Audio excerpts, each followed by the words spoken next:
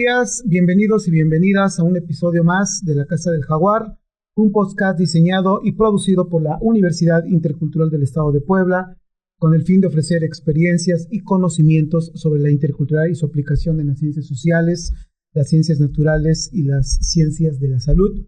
Mi nombre es Josué Barrios Vázquez, docente e investigador de esta casa de estudios y adscrito a la Maestría de Ambientes Interculturales de Aprendizaje.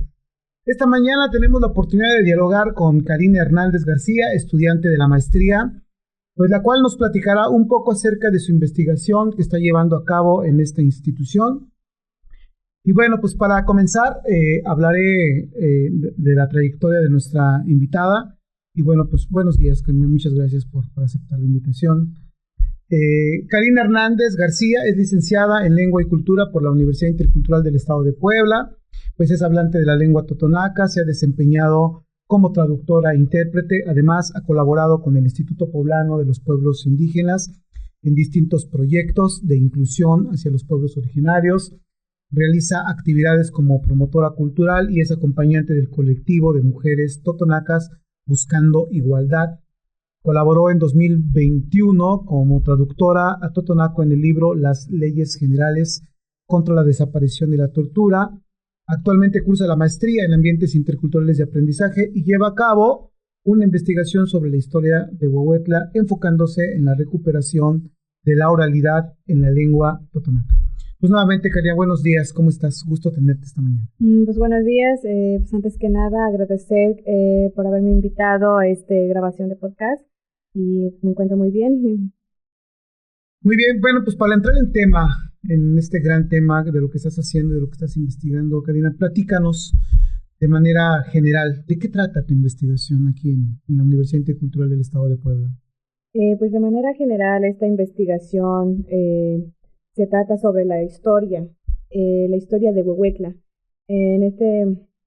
Esta parte es recuperar y preservar la historia oral de Huehuetla por medio de la oralidad en la lengua totonaca. Muy bien, bueno, sabemos que estás como haciendo esta investigación, tratando esta recuperación de la que hablas. Una pregunta que me gustaría mucho hacerte y nos gustaría mucho que hubiera como un diálogo ahí, porque creo que es importante tratar de discutir todo esto de la historia local aquí en los pueblos originarios, ¿no? En tu perspectiva y en esta investigación que estás haciendo, ¿por qué crees que es importante recuperar y preservar la historia local de Huehuetla a través de la historia oral proporcionada pues, por los propios habitantes? Estoy haciendo esta recuperación sobre la historia de Huehuetla porque siempre como se ha tomado en cuenta todo ya lo que está escrito, que son los escritos oficiales, pero no se ha tomado en cuenta todo lo que los abuelos, o que se consideran como tatas en la lengua totonaca, sus perspectivas que ellos conocen, porque también tienen conocimiento sobre la historia y otros elementos que pues forman parte de nuestra identidad totonaca. Entonces en esta investigación, tratamos como de integrar la voz de los abuelos que también tienen conocimiento, entonces estamos retomando como sus testimonios sobre la historia de Huehuetla, en especial cómo es que fue el desplazamiento de aquí del Joyom, que significa Joyut, que es pájaro perico, y hay otras versiones, pero en sí sus perspectivas también de los abuelos, pues sí, es otra forma de aprender la historia, pero pues también es muy importante como retomar estas perspectivas. Bueno, me parece que este tema es muy importante porque, bueno, pues últimamente se ha tomado como mucho impulso tratar de recuperar esta historia oral, ¿no? Aquí en los pueblos originarios me parece que, como tú lo has dicho muy bien, han habido como historias oficiales, ¿no? Y creo que esto va a permitir también como contribuir un poquito a entender de otra manera la historia, ¿no? Bien, Karina, pues nos gustaría mucho que también nos hablaras un poquito de esta investigación que estás haciendo. Sabemos que trabajas con la comunidad, sabemos que estás en este asunto. Y ¿cómo es que tú haces para involucrar a la comunidad en la preservación de su historia y su cultura? En este caso, fue en noviembre de 2023 que tenía una idea de una propuesta de investigación que era sobre la historia de Huehuetla. Entonces, pero también tenía interés en que entrar como en la línea de educación. Entonces decidí como acudir con los estudiantes de bachillerato, que es el Colegio Paulo Freire, en donde quería como conocer cómo se encuentran en el tema de la historia. Entonces hice una reunión, un grupo focal, en donde pues llegamos como a una conclusión de que los jóvenes ya se encontraban como en un aislamiento sobre el conocimiento de la historia, pero también hicimos como una propuesta, cómo lo podríamos como combatir o cómo podríamos poder aportar algo en la comunidad, municipio de Huehuetla. Entonces decidimos como hacer una recuperación de sus conocimientos de los tatas, que son los portadores de la historia, y es así como fue mis principales colaboradores, que fueron los estudiantes y los tatas. Mm. Y hay más personas, aparte de los jóvenes, aparte de los tatas, que estos que mencionas, ¿hay más personas involucradas en este proyecto de la comunidad? Sí, por ejemplo, en los tatas, tengo médicos tradicionales, consejo de anciano, también que fueron jueces de paz, y también que ha estado en el juzgado indígena, expresidentes originarios de Pueblo Totonaco, municipio de Huehuetla. Y también, por ejemplo, vamos a hacer como unas proyecciones de esa documentación. Entonces, también hay varias como organizaciones que están como participando, que es el Hakiwin Tutunacu, que es un grupo de mujeres totonacas, y también el colegio, que también forma parte, el OIT, que es una organización independiente totonaca. Serían los principales. Y hasta este momento, ¿cómo ha visto la comunidad este trabajo? Pues durante mi diagnóstico han estado como que muy interesados en hacer esta colaboración, porque pues es la primera vez que se retoma como estos temas, porque pues sí han estado como haciendo investigaciones, pero pues no ha regresado como ese tipo eh, como el producto de esas investigaciones. Oye, y bueno, esto es muy interesante porque, bueno, en los últimos años también se trata mucho de que haya como un involucramiento de la comunidad en este tipo de proyectos, ¿no? Y bueno, también sabemos que en este proyecto, siendo como un archivo audiovisual, estamos haciendo es una especie de documental, ¿no? Para poder recuperar toda esta historia oral. Y bueno, esa es la siguiente pregunta, ¿no? Que también me gustaría hacerte. ¿Qué impacto crees que tenga esta creación de este archivo audiovisual en la transmisión de la cultura, de la historia totonaca a las nuevas generaciones? Porque hoy, pues como sabemos, tenemos un nuevo público, o tenemos un público también que necesita otras formas de aprender, otras formas de percibir la historia, ¿no? Entonces, ¿cómo impacta este archivo audiovisual que estás haciendo? Bueno, también este archivo audiovisual que ya está como en proceso, también fue como la propuesta de los estudiantes del Colegio Paulo Freire en colaboración conmigo. Este, Ahorita tenemos como datos de que pues los jóvenes ahorita ya cuentan con un celular en donde pues tienen como acceso a internet, y pues casi la mayoría tienen celulares en donde pues están viendo videos que pues siempre son subidos al externo, pero no hay nada lo que es historia local o todo lo que relacionado al pueblo. Entonces, esta propuesta fue para agregar como ese documental en esas plataformas de redes sociales, pues para que se visualice y para que tengamos como que más personas que lo puedan ver, porque también la propuesta fue de que no nada más quedara guardado ese documental, sino que se compartiera y que se difundiera. Oye, bueno, hacer un documental me parece que pues es un gran reto, ¿no? Sobre todo pensando aquí en la región, donde hay que moverse a varios lados. Pues platícanos un poquito de tu experiencia con este documental. ¿Cómo te ha ido hasta este momento? ¿Qué es trabajar, por ejemplo, con esas personas tatas que tú llamas, que es personas, los adultos mayores? ¿Cómo ha sido la experiencia trabajar con ellos? Pues sí, ha estado como de los dos, sí, ha estado complicado, pero también ha estado como muy interesante.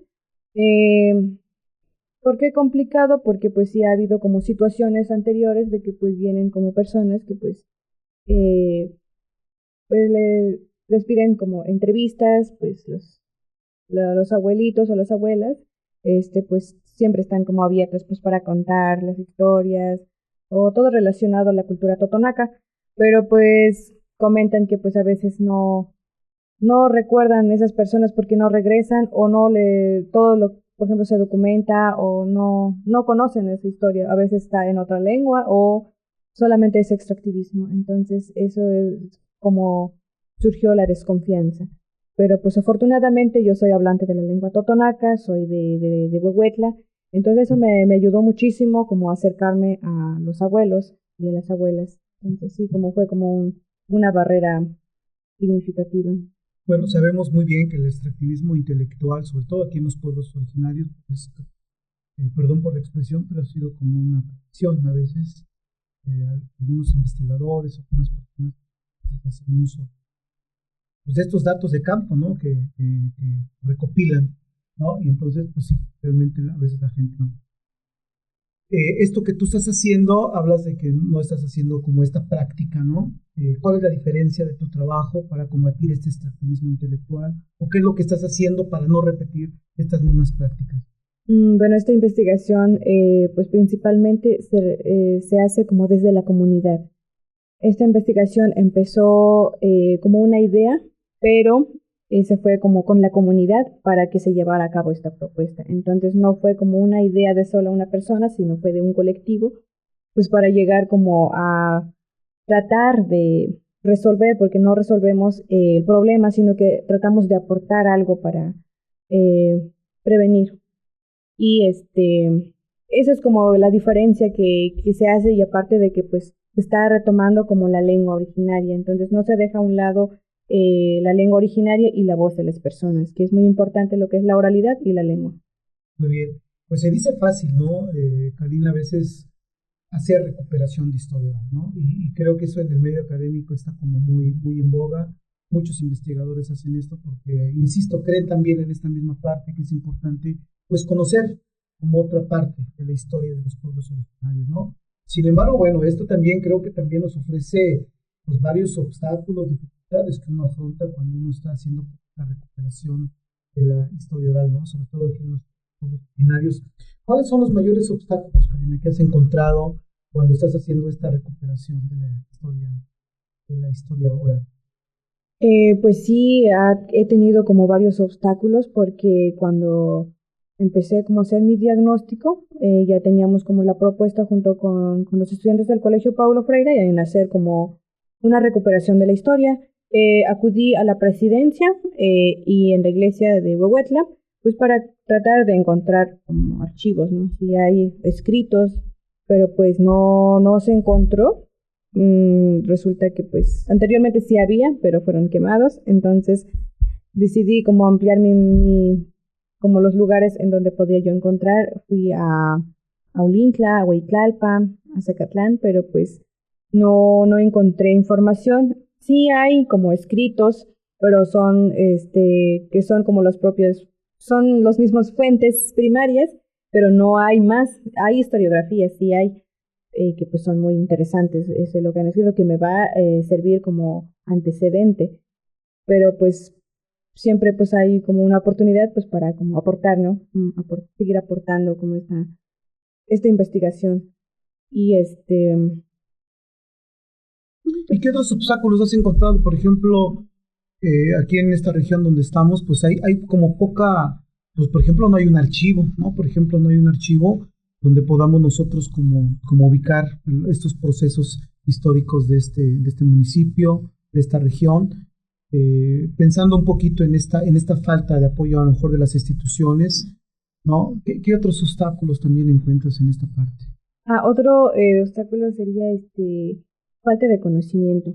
La falta de conocimiento ha hecho que pues tengamos como actitudes en despreciar como la importancia de la historia. Entonces, por falta de conocimiento está lo que es la invalidación de la historia, el- la discriminación y pues no consideran que es importante la historia por cuestiones que cuando llegó como la castellanización, que fueron fueron discriminados, ahorita son los papás, que hablaran la lengua. Entonces, por hablar la lengua o por compartir como historias o información relacionada a sus pueblos, pues sí, como que los regañaban. Entonces, desde esa experiencia, ellos como que han tenido miedo de que también sus hijos sufran esa discriminación. Entonces, eso también fue como mayor obstáculo que han sufrido también. Oye, y pensando en los jóvenes hoy en la actualidad, se piensa en muchas ocasiones que a veces han tenido como poco interés por la historia, ¿no? Entonces, que ya no les interesa la historia. Sin embargo, me parece que no podemos generalizar. Me parece que en distintas regiones hay jóvenes muy conscientes acerca de los procesos históricos. Sin embargo, bueno, también las tecnologías también han colaborado, así como han resuelto algunas cosas, pues también han también como provocado algunas dificultades. En esta idea de la juventud, ¿cuáles son los principales problemas que encuentras tú en el municipio por el cual a los jóvenes no les agrada la historia o no quieren aprender de ella? Bueno, también me he percatado que pues los jóvenes como que ya están como cansados de estar como teniendo clases que con fechas, o sea, los mismos procedimientos que ha venido desde hace tiempo y no ha cambiado como el plan de estudio o, por ejemplo, los libros que cuando, por ejemplo, se realiza un examen, que siempre las fechas, pero no se ha tomado en cuenta lo que es la historia local. Son simplemente siempre están como en contexto lo que es la historia nacional, pero qué está pasando en su lugar de origen, no saben. Entonces eso fue como algo que pues los jóvenes me comentaron, que pues no, nunca se ha retomado como la historia de su pueblo y ellos por eso desconocen. Ujú. Y eso también fue como un problema que ellos lo ven. Me llama mucho la atención que dices que la gente ha aprendido historia pues solamente con fechas, con estar como memorizando acontecimientos. De esto que llevas, de esta parte de la investigación que hasta el momento llevas, ¿cuál crees que sería la forma para que aprendamos historia, para que nos podamos acercar? Y no tan solo los jóvenes, me parece que todos deberíamos de acercarnos a la historia. ¿Cómo crees que debería de ser pues la enseñanza de la historia en un siglo XXI donde está cruzadas las distintas tecnologías, donde pues hay otras formas de contenidos? Bueno, en las redes sociales uno encuentra absolutamente de todo. ¿Cómo crees que debería de enseñarse la historia? Por ejemplo, ahorita por la experiencia de estar entrevistando como los tatas, me di cuenta que los tatas no se guían por las fechas, sino que ellos tienen como un proceso de los eventos principales que ha pasado en el pueblo. Entonces, la propuesta fue de los chicos que se hiciera como un documental audiovisual para aprender de otra forma, pero desde los abuelos.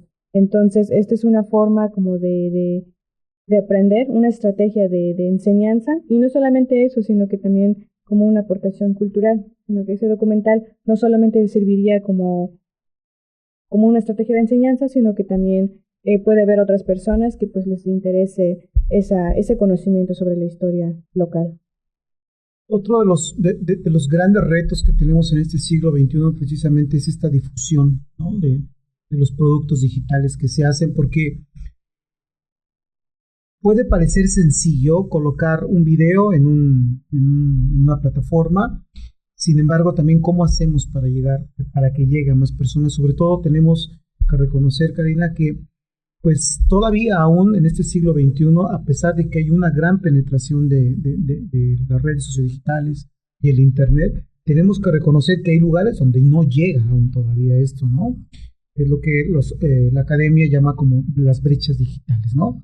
Es algo que no se ha logrado resolver y que seguimos como teniendo estos problemas, y me parece que es un gran problema que se tiene que resolver en este siglo XXI, ¿no? Aquí en esta región donde estamos, como tú sabes, hay comunidades donde no llega todavía el Internet, o si llega, llega de una manera pues deficiente, ¿no? Aunado a eso, pues el clima y todo esto, ¿no? En esta idea, este documental que tú nos planteas, que dices que estás elaborando, ¿cómo vas a hacer que llegue a más personas si, por ejemplo, en alguna comunidad no tienen Internet? Uh-huh. De hecho, eso también ya como que se planeó de cómo podría ser la solución de las comunidades que pues no tienen acceso a internet ni señal, que es muy difícil de que llegue a las comunidades. Esta propuesta se llama regresar, no, Un viaje a nuestra raíz, un viaje a nuestra raíz. Seguimos. Tenemos una propuesta que es un viaje a nuestra raíz, en esta parte tratamos como de construir algo con el documental. Las personas que no tienen como acceso a internet, pues se pretende proyectar a diferentes instituciones comunitarias y públicas. En esta parte, pues ese documental se va a proyectar como es en el mercado de Huehuetla, en el Caquihuintutunacú, en la Universidad Intercultural del Estado de Puebla y en el Colegio Paulo Freire, y en el OIT, que es la Organización Independiente Totonaca.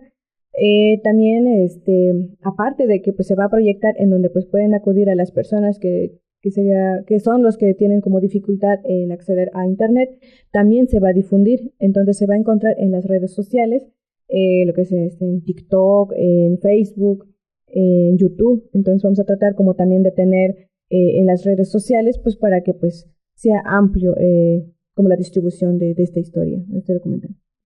Por ejemplo, bueno, y otra cosa también muy interesante es la cuestión de la lengua, ¿no? A veces muchas personas hacen contenidos pues, muy interesantes, ¿no? Para los pueblos originarios. Sin embargo, a veces olvidan como un detalle esencial en los pueblos originarios que tiene que ver con los derechos lingüísticos, ¿no? ¿De qué manera tu documental atiende los derechos lingüísticos de aquí de la población totonaco? En esta parte del documental está atendiendo como estos derechos que deben de tener como las personas de los pueblos originarios. El documental está en la lengua totonaca. Tiene subtítulos que están en español y también tenemos como personas que nos compartieron como sus conocimientos, sus testimonios en la lengua español, pero también está en totonaco los subtítulos. Entonces se está tomando como en las dos lenguas. Se está trabajando en esta parte. Sí. Muy bien, pues para ir como cerrando un poquito, Karina, de este proyecto que estás haciendo, porque bueno, me parece muy interesante, porque a veces cuando yo en lo personal, ¿no? Cuando llegué a esta región, como que no tenía como muchos referentes históricos, ¿no? No estaban como hacia la vista. Creo que esto va a ser una gran contribución de lo que estás haciendo, ¿no? Sobre todo pensando en la recuperación de la oralidad, ¿no? Sobre todo de los adultos mayores, de estos tatas que tú dices. Pues me parece muy interesante este asunto, ¿no? En tu perspectiva y en lo que llevas, ¿cuál crees que sea la contribución de tu investigación en la recuperación de esta historia oral? ¿Cómo crees que va a impactar esto, ¿no? Y cómo tu investigación colabora con todo esto? Uh-huh. Bueno, pues esta investigación, pues principalmente como académica nos contribuye como mucho, por ejemplo, los que se dedican a hacer como investigaciones. Pues ahorita sí se me ha dificultado, por ejemplo, mi investigación, porque pues como he necesitado como investigaciones pues para agregar en mi antecedente. Entonces esta investigación pues sí serviría pues como antecedente, porque pues a veces es muy complicado como encontrar, entonces tratar como de relacionar con otros, pero pues eso es un poco diferente. Entonces, qué mejor que pues uno que es del tema, ¿no? Y también, no solamente en lo académico, sino también para la comunidad. Para la comunidad, pues encontrar como información, de investigación es profundo, entonces se pueden dialogar esta investigación y llegar como a una conclusión o hasta con la familia pueden estar como discutiendo cómo es que fue este proceso, ¿no? Los estudiantes a veces les piden como tareas, trabajos, que pues también les serviría este escrito. Uh-huh.